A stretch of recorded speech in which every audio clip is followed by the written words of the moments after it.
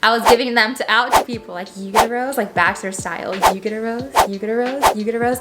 At the same time, every single day, you are gonna start seeing the same people. And so what I want you to do is start to say hi to them. Hi, hi, hi. This is something that can help pull you out of your loneliness funk.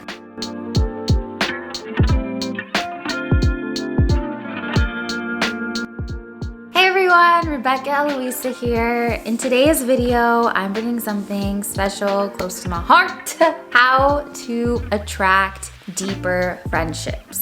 Now, this is something that I have a lot of experience in, and we'll get into that later, but I do have the credentials of going through a period of my time when I had no friends and no deep, close relationships, and I actually had to physically go out there and build them and nurture them and attract them. And so all the things that I learned during that period of time is something that I'm going to share with you today. I do feel inspired to make this video because a lot of people I've spoken to recently, especially women around my age and younger and older, do feel like, at least the ones I've spoken to, feel like they don't have deep, good girlfriends. And so it's something that I wanted to speak on today, and if you are interested in this topic, then keep on watching.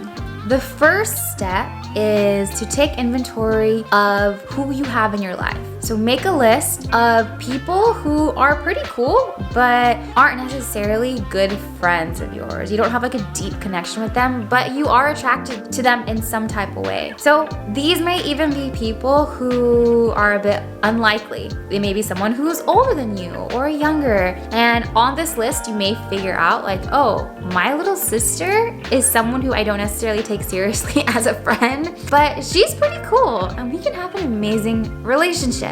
Or even your parents or a neighbor or a coworker who you always kind of laugh with at work but don't really see them outside of work. Make a list of all these people in your life who are kind of like your acquaintances. And on that list, you're gonna make sure you include everybody who is pretty cool, someone that you may be interested in getting to know more. And as you begin to pursue these friendships, you may find out that this person has actually been making bids of connection to connect with you, but maybe you've been kind of neglecting them or very self-centered. I noticed during different periods, like if you're not out like making friends and being friendly and giving, sometimes it's during a time when you're really focused on ourselves in a good way or a bad way. It could be bad, like self-centered, or it could be like good and you're working towards some kind of goal, like paying off student loans, graduating college, or whatever it may be. First step is to take inventory of everybody in your life and figure out who those people are that you'd like to get to know even more. The second thing is to make a list of all the things that you enjoy doing. So this is something that I've personally done several times before. One time when I was in junior high, I went through this whole situation where I was getting bullied pretty bad by my current group of friends. Kind of like typical Mean Girls, like the movie.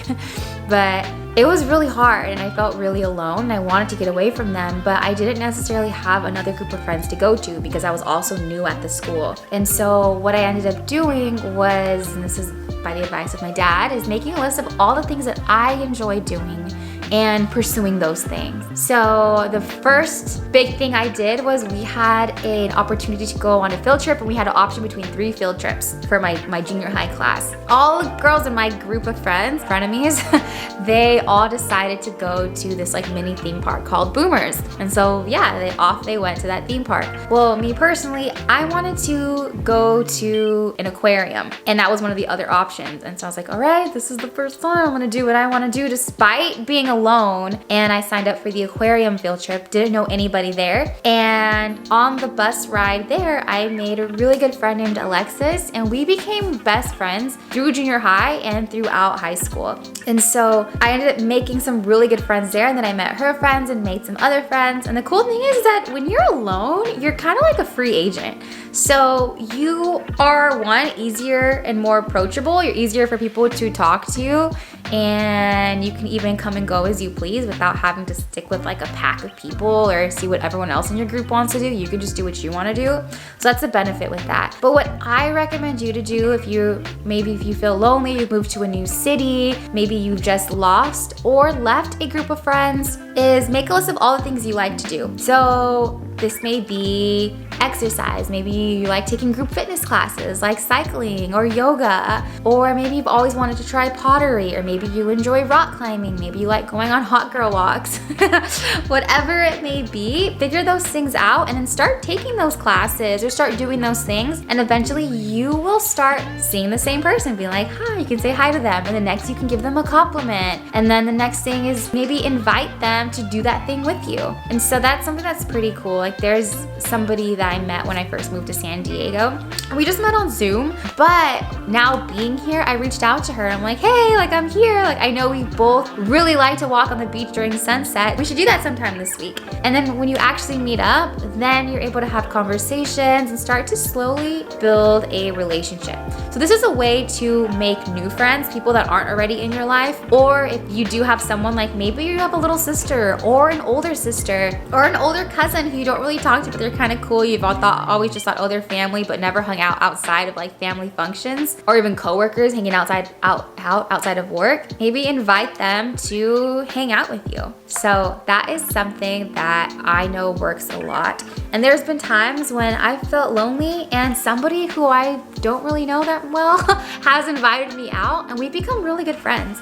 One of my current best friends, that is what happened. I was going through a rough time, like in the relationship space, and by chance she messaged me and she's like, hey Rebecca, like you're so cool. I like talking to you in class, but would you want to come to this event with me at the beach? My family's gonna be there and I'd love for you to come. And she invited me and I went. We had a blast, and now years later, we're still really good friends. We're like best friends now. So we've been there through each other through really rough times and different seasons, and we've fought and we've made up, and it's really a beautiful friendship. And so what I recommend is being someone to invite people to go and do things with you. The next step, once you come up with that list, and then once you make a list of what things that you like to do, the next thing is when you go off and do these activities as a free agent or on your own, is to say hi to at least 5 new people every single time you go out and do that event. Now, I'm gonna pick something that seems so solo. So going on a walk. You like to go on sunset walks? I like to go on sunset walks. Let's go on a sunset walk. So that's something that's very solo. If you don't have friends yet in your new city to go out and do that with you, go for your walk.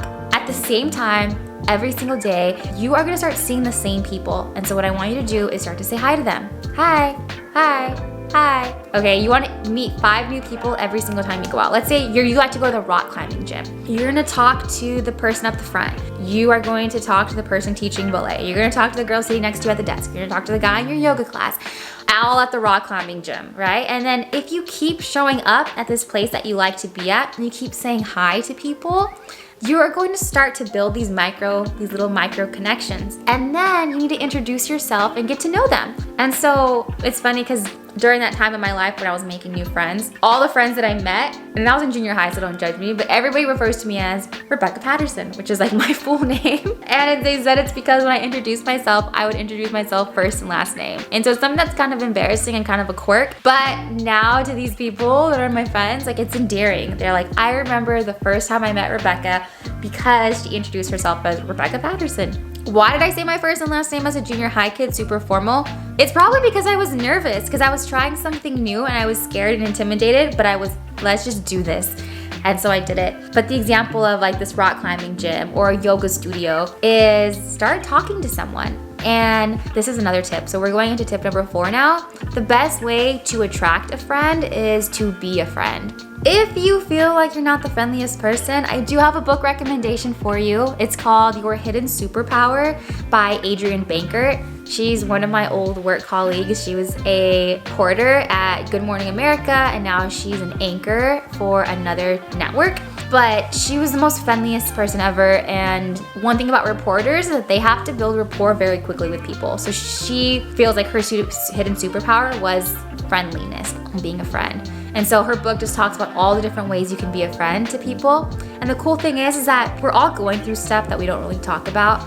And the truth is that you may end up being a friend or offering a compliment to somebody who really needs it and who's going through a really rough time in their life. And that could be a great shining light or a positive turning point for them. So be a friend. Some ways that I like to be friends is when I see something that I like, I say it. The other day I was in an elevator, there was a family, they all had beautiful hair. It was long and thick and healthy. And so I told them, and that's a form of like a blessing. It's like, just like you can speak a curse and curse somebody, like that you always see witches in movies do that, you can also bless somebody and change that energy in the room. So by me speaking that blessing to this family in an elevator, it can change the tone of the energy, right? So ways that you can be a friend is compliments. If there's someone in your yoga class who has a cute yoga mat, tell them. If the teacher, you really like how they instructed that day, and at your rock climbing gym, let them know what exactly you liked, because it's something that's a compliment, it's flattering, it puts out good vibes, and it just makes people feel good. And you're giving kudos to something that maybe that they've worked on for a really long time. And so if you keep showing up at the same place that you like to be, for example, a rock climbing gym, or yoga studio, if you start introducing yourself to 5 new people every single day and force yourself outside of your comfort zone, before you know it, you are going to be like a mini local celebrity in that space. Everyone's gonna know you, you're gonna have friends, and then based off the people that you really click and connect with, then you can invite them to go do other things. Like for example, if there's like a food festival or a farmer's market or walking on the beach at sunset, whatever it may be, you can invite people to come and hang out. Or if you figure out, hey, this girl that's always working next to me at the co-working space, she loves watching the new Loki series, right? And you're like, hey, I haven't started season 2, but maybe we can start season 2 together, and invite her over and you guys can watch the thing, maybe make some dinner or something. These all sound like dates. But these are basically just finding ways to connect with people. That is something that I have used over and over and over and over again, and have really helped me. And so this is something that can help pull you out of your loneliness funk. Or if you're somebody who tends to be like on the shyer side and you don't like that because you want to be a part of the conversation, or you want to feel like people care about what you have to say, this is another good way to build rapport with people so that you can live that life that you want to live. Number 5, doing the inner work. I wrote this down, but this basically means to be there during the tough times and also be vulnerable. So this is how you take a friend or an acquaintance to a deeper level. This is where you have like those deeper friendships. So basically when you do the inner work, you're able to be vulnerable, and your relationships can only go as deep as you are vulnerable. And so one thing I recommend reading, whether or not you're a reader or not, get this on audiobook, but it's called Nonviolent Communication by Marshall B. Rosenberg. And it basically is a blueprint on how to navigate conflict and tough times with interpersonal relationships so that you can have a deeper, more enriched relationship. So even if you're having trouble with your girlfriend or your boyfriend or your parents or coworkers or whatever, read this book too. But it's part of doing that deep work, that deep inner work. Because when you work on yourself, then you're able to be empathetic. And when someone comes to you with an issue, even if the issue is with you, they have a problem with you, instead of being like, oh my God, I'm so offended, how dare you say that about me, like whatever, then what you can do is actually listen to the need behind what they're saying and be like, oh, they have a problem with what I'm doing because they have a need to feel heard and they don't feel heard. Well, let's figure out how can we make you feel heard, right? And so it just is a way to diffuse, but then also be able to talk about your problems with your friends. Like if you guys have some conflict, be able to talk about those issues without killing the relationship or without resorting to immature things. Like I'm just gonna ignore this person until they get the hint that I'm mad at them, or I'm gonna have an attitude with them, or I'm gonna talk behind their back. Those things kill friendships. Those things kill connections. But what you can do instead is learn how to talk about these things. Another part of doing the inner work and learning how to be empathetic in a way that the other person receives it is to also be a listener. So for example, I see this a lot because I ask a lot of questions because I'm just naturally a really curious curious person and I love people, but I notice when people don't ask me questions back. So if you're with a friend, imagine you're with a friend and they just talk about themselves and their problems in their life the entire time, and then they're like, oh, I feel so much better. I'm gonna go home now, bye. And they just like dump on you and they leave. That's not really fun, right? And so make sure that you aren't that person. And hopefully you won't be, because you're watching this video. Yes, I'm pointing at you. If you think I'm talking to you, I am. Don't be that person. That's like a taker. So you wanna be a giver. That's what friends do. So also ask questions about them. Remember their birthday so that you can send out gifts. Remember the things that they like so that you can surprise them with it. All these things I'm realizing are also ways to be a good partner. But it's very similar to being a good friend. So make sure that the conversation goes back and forth. You ask them questions, they ask you questions. You may invite them to do things that you like to do, but if they want to do something and they invite you to hang out, or maybe they need some support, then don't be afraid to support them as well. So that's another way to build a deeper relationship. And that with that inner work also comes honesty with self and honesty with your friends. Oh, another one that's part of that is being able to be there for someone when they're going through a tough time. So say you have a friend who went through a breakup, and breakups aren't easy. Even if they decided to break up with the person and it's their decision, like it's a death, it's an end of something, right? And so being a good friend is maybe even anticipating like, hey, they may need some relief from their thoughts. Like, let's go watch a movie. Let's go have some girl time. Let's go do something fun. Let's do something nourishing and self-care, right? Let's just go dancing and go out. That is something that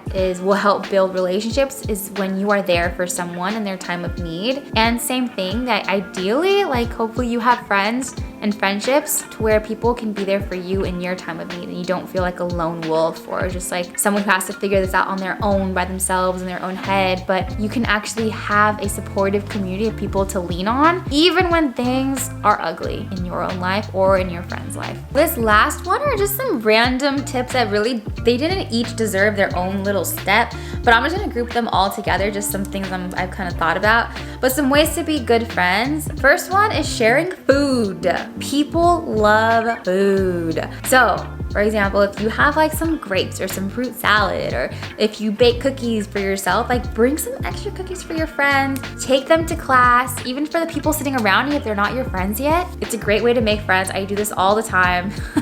Usually if I have like mint or gums or like gum or candy or something, I have extras, I bring extras so I know I want to make friends. And I ask people like, hey, like, do you want a mint or do you want a piece of gum? Or I'll take one too. Or if you make some extra like candy or cookies or something, bringing them to class and like kind of giving them to some people. Hey, I have an extra, here you go, here you go, here you go. It's funny because I also do this when I go out to like the clubs and like bars and stuff. It's like during Halloween, like we brought candy, like big candy bars. I bought some from this kid who was selling them for his football team and like took them to the club and like gave them to some people. I've done that before. Like if one time someone gave me a bouquet of roses and I knew that I was far from home and I couldn't put them in water. So when we went out that night, I was giving them out to people like, you get a rose, like Bachelor style. You get a rose, you get a rose, you get a rose.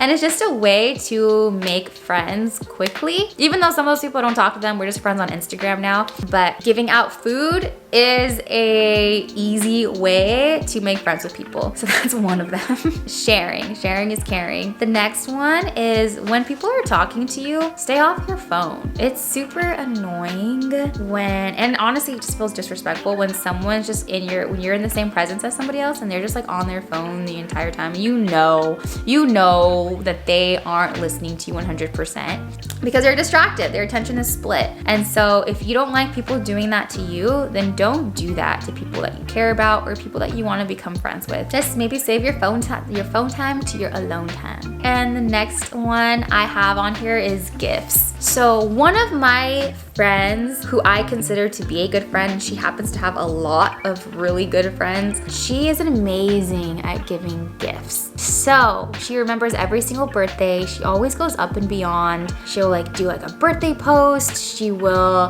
plan some kind of birthday party, do like a surprise. Even when she's not in your city. A couple years back, we were in different cities and I had a couple days before my birthday and someone came and rang the doorbell and dropped off a bouquet of flowers and gift card and like a box of just like goodies, and she had sent a delivery for my birthday. And And that is something that's really sweet. And men, if you're watching this, do this for your girlfriends. Girls, if you're watching this, do this for your boyfriend or for your husband or for your partner. But even like friendships, like imagine doing this like for your mom or for your older brother or your little sister. And even if it's a surprise out of the blue, it's super caring. And honestly, if it comes from the heart, most likely something in that care package is going to really resonate with the person who you're giving it to. So that is something that I think is very, very special, because it's like, dang, like this person actually took the time, even though this didn't take a lot of money, but they took the time to actually think about what they could give me for my birthday. It's just really, really special. So even if you have an acquaintance, get their birthday and send them a birthday text or send them a little gift or do a post on social media or something like that. And that also helps build relationships. It's just really thoughtful and sweet. Pretty much summed up, all of this goes back to the golden rule of treat people the way you want to be treated. If you want friends, then be a friend. Yeah, so that's actually everything. If you guys have any questions about this topic, go ahead and let me know in the comments down below. And also let me know what videos that you would like to see, because I'm gonna be making more and more YouTube videos. If you like this video, give it a thumbs up because it really helps my channel, and subscribe, and I will talk to you guys in the next one. Bye.